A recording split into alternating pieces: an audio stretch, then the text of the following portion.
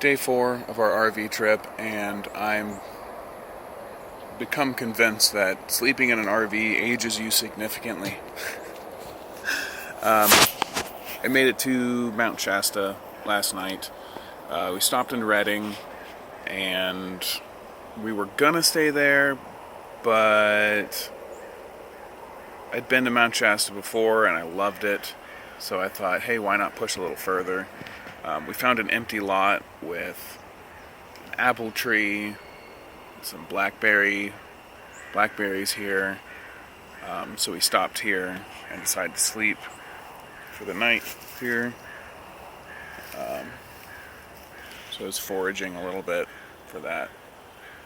Just woke up, it's around 8:30, and we're gonna go to one of my favorite diners here in the area before we take off again. So we made it to Oregon. We made it to Ashland, Oregon, and we stopped at our first winery, Irvin and Roberts, right? Mm-hmm. They had Chardonnays and Pinot Noirs. They grow Chardonnays and Pinot Noirs. Right now they had a 2016 and a 2017. If you come, I recommend the 2016 Pinot Noir. Yeah, it was good. We got a bottle. Yeah. Smoke's not horrible, but it's pretty bad. We've decided to take a turn and head to the coast to try to get away from the smoke. But as you can see right now, it's quite smoky out here and pretty cloudy as well. So we're going to hop back in the car or the RV and head to the coast. So next time you see us, we'll either be at another winery. We're trying to find another one. Yeah, just one more, you know. Two's the limit, okay? So next time you see us, we'll probably be at another winery, or we'll be on the coast. If you look that way in front of me, you'll see the extent of the dune system I have here. And this is only a third of it. We're doing a shoot right now. Jill's over there running from me. We've had quite an adventure since I last hit the record button on this thing. After the winery, we were on the highway dodging forest fires and got caught up in 3 road closures in a row, and there was only one way out, and it involved backtracking, so we lost several hours.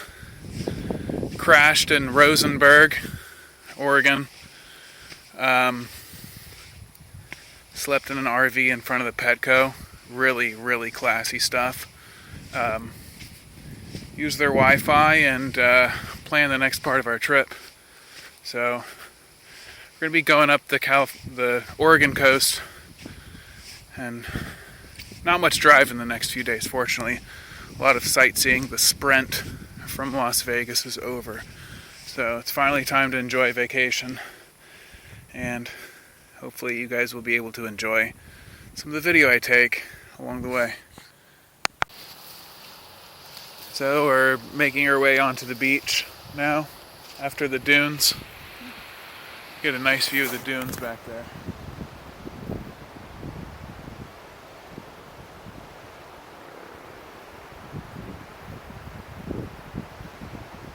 Soak that in.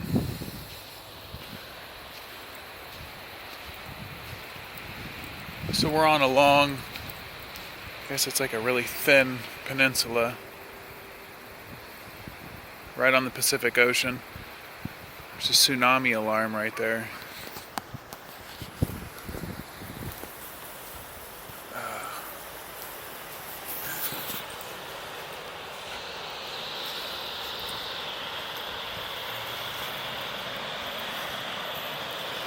This is the first time I've seen the ocean since I moved from San Francisco.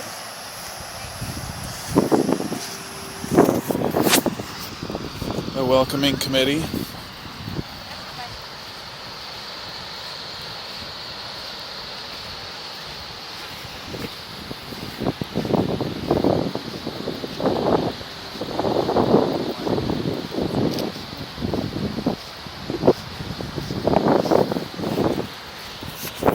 say this is the first time you've seen the beach since we moved from San Francisco. Yeah, I should have brought sunglasses. It's bright. It's beautiful though. The weather's great. Yeah. Alright, we have to do an obligatory walk to the water and feel how ridiculously cold it is.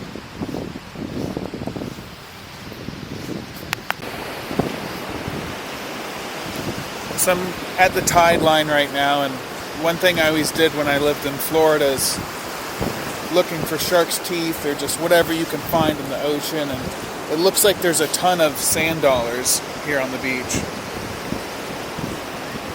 I don't see any complete ones, and they're all dead. You know, obviously there's no little feet running around on the bottom of this, but lots of crabs, some abalone shell. This is the Pacific Ocean for sure. Crabs.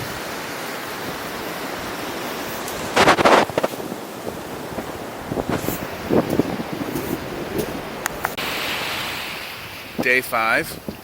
We're at Seal Rock right now, down on the beach. I spent the night in Port Winchester, a very small, sleepy town on the Oregon coast. And then went through a small town called Yahats. I think that's how you pronounce it. Absolutely beautiful. I'm going to go to Agate Beach next. Take a look.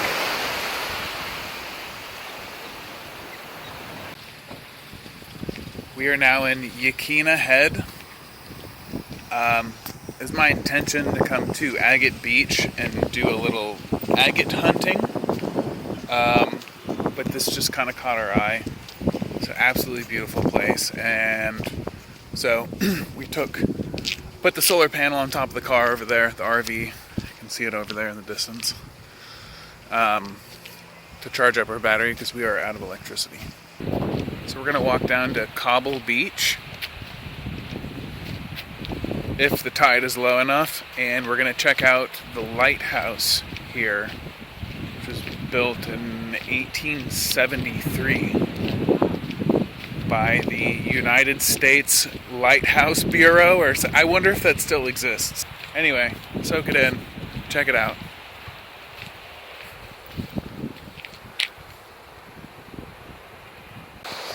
Cobble Beach is closed, but I guess we're gonna go check out the lighthouse now. But listen to the sound that all these cobblestones make with the tide.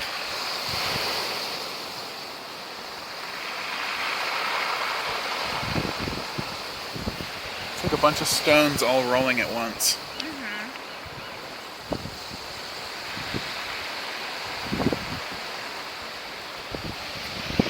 Let's go check out the lighthouse. Yeah. I brought you to the lighthouse just like I promised, okay? Check out the views. Boat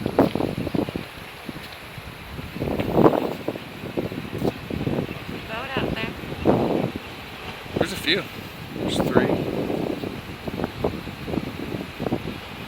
Unfortunately, we can't go into the lighthouse. It's a bummer. But we can walk around it. I mean, this thing is sturdy. It's got granite floors. It's insane. They pulled that in. Check out the view. We're probably out of here.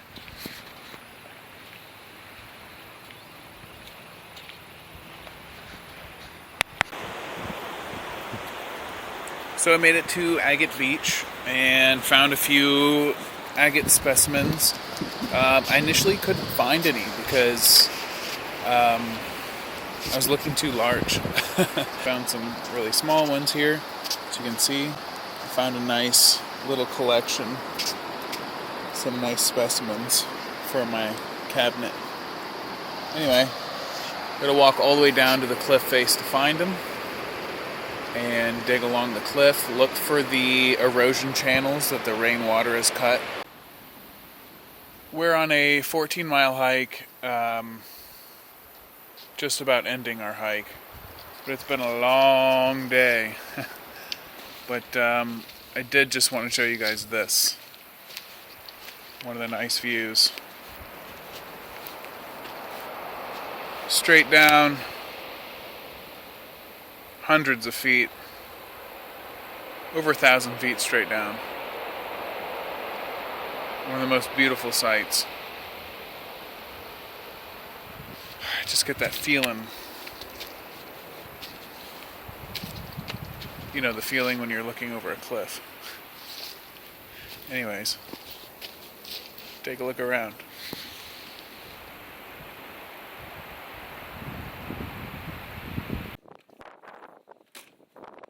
On top of Crater Lake right now, and we got some weather on our hands. So, some night photography. It's the only time we had time before the weather changed. But it's going to show you guys a quick look.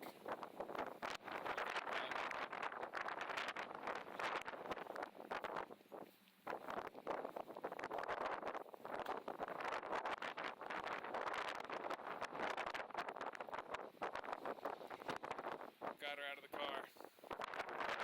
Let's go look over the edge into the desert. Driving